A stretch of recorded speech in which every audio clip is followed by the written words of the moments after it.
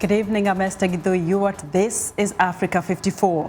South Africa's ruling party has suffered huge losses in local elections. The African National Congress is still leading overall, but the party of Nelson Mandela is seeing its worst electoral performance since the end of apartheid, with about 90% of ballots counted. Political analysts say voters are frustrated with the country's high unemployment and rampant political corruption. Results in Johannesburg, the country's largest city and economic hub, as well as the area around Pretoria, the capital, are too close to call, where the opposition Democratic Alliance is looking to make an inroad.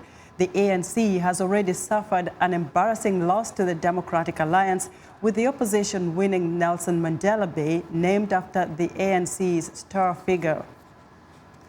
And joining us on the phone from Johannesburg, South Africa, is VOA's Anita Powell. Anita, what does this loss mean for the ANC, or does the party still have some control? Hi, Esther. Thanks. Well, I want to be clear. This isn't a loss. If an alien came down from another planet today, he would say, why is everybody talking about the ANC losing? To be clear, they still won about 60% of seats in the entire country. But what we're talking about here is they have lost a lot of ground to the opposition, namely Democratic Alliance. As you mentioned, in Johannesburg, in Pretoria, and in Port Elizabeth, a.k.a. Nelson Mandela Bay.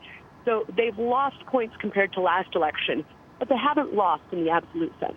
So, Anita, why is everyone then making such a big deal out of this? Well, this is the famous ANC. This is the party of Nelson Mandela, the party that is credited with bringing an end to apartheid. This is the party also that President Jacob Zuma said, memorably, will rule until Christ comes back. So this is not a party accustomed to defeat. This is a party accustomed to wide margins, comfortable margins. And that's not what they got this time. And Anita, what does this mean actually for the future of the ANC party? So short term, what this means in some of these municipalities, we're talking about Johannesburg, Pretoria, and Nelson Mandela Bay, are coalition governments. That's going to be very interesting to watch, to see how well the ANC plays with others.